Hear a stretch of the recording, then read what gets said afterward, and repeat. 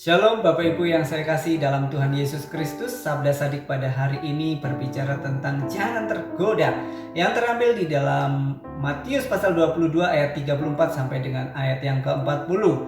Dalam perikop sebelumnya, orang Saduki bertanya tentang kebangkitan, di mana mereka tidak percaya akan kebangkitan.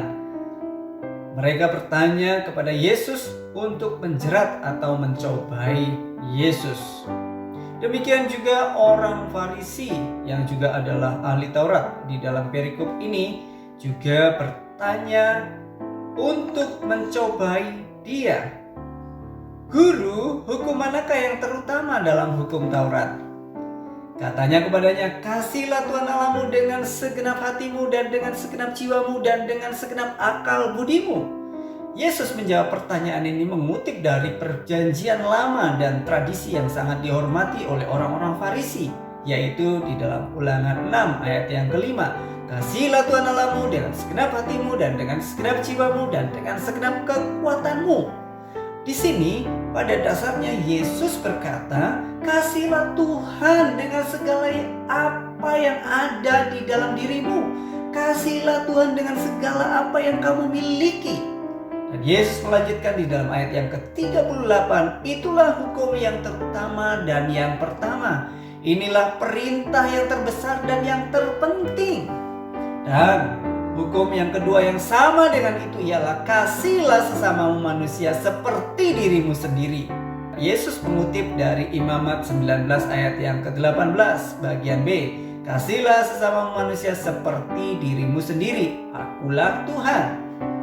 Yesus berkata untuk mengasihi sesama kita seperti mengasihi diri kita sendiri. Ini adalah tugas bagi kita untuk mencari kebaikan terbesar bagi sesama kita, sama seperti kita mencari kebaikan untuk diri kita sendiri. Mari coba buat daftar, bandingkan bagaimana Anda mengasihi diri sendiri dan juga bagaimana Anda mengasihi orang lain.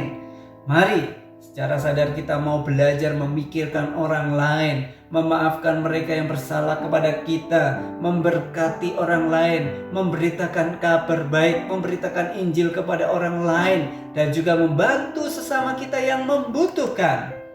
Dan di akhir ayat yang ke-40 mengatakan bahwa pada kedua hukum inilah tergantung seluruh hukum Taurat dan kitab para nabi.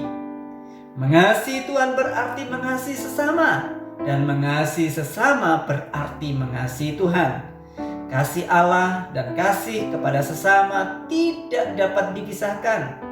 Anda tidak bisa mengaku mengasihi Tuhan jika Anda tidak mengasihi sesama. Pada dasarnya, seluruh hukum Tuhan ini dapat diringkas menjadi dua perintah, yaitu kasihlah Tuhan Allahmu dengan segenap keberadaanmu dan kasihlah sesamamu manusia seperti dirimu sendiri. Jadi Bapak Ibu, dari perikop ini Bapak Ibu jangan tergoda untuk mencari kesalahan-kesalahan orang lain dengan motivasi yang tidak benar, menjebak atau merasa diri yang paling benar, sama seperti orang Saduki atau orang-orang Farisi ini. Jangan tergoda dengan ajaran-ajaran yang kelihatannya baik, tetapi ujungnya menuju maut.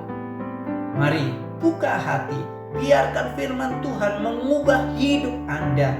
Dan mari kita berusaha untuk terus-menerus mengasihi Tuhan dan juga mengasihi sesama kita seperti kita mengasihi diri kita sendiri. Jika Bapak Ibu belum mengenal Yesus, saya ingin memberitahu bahwa Anda tidak dapat mengalami kasih yang lebih besar daripada kasih Tuhan. Yesus dapat mengubah hati Bapak Ibu untuk mengasihi Tuhan dan juga mengasihi sesama. Karena itu percayalah kepada Tuhan Yesus Kristus, terimalah Dia sebagai Tuhan dan Juru Selamat pribadi. Maka Bapak Ibu akan mengalami kasih yang besar, kasih yang sejati, kasih yang sesungguhnya. Kiranya kebenaran firman Tuhan pada hari ini memberkati kita semuanya. Tuhan Yesus memberkati.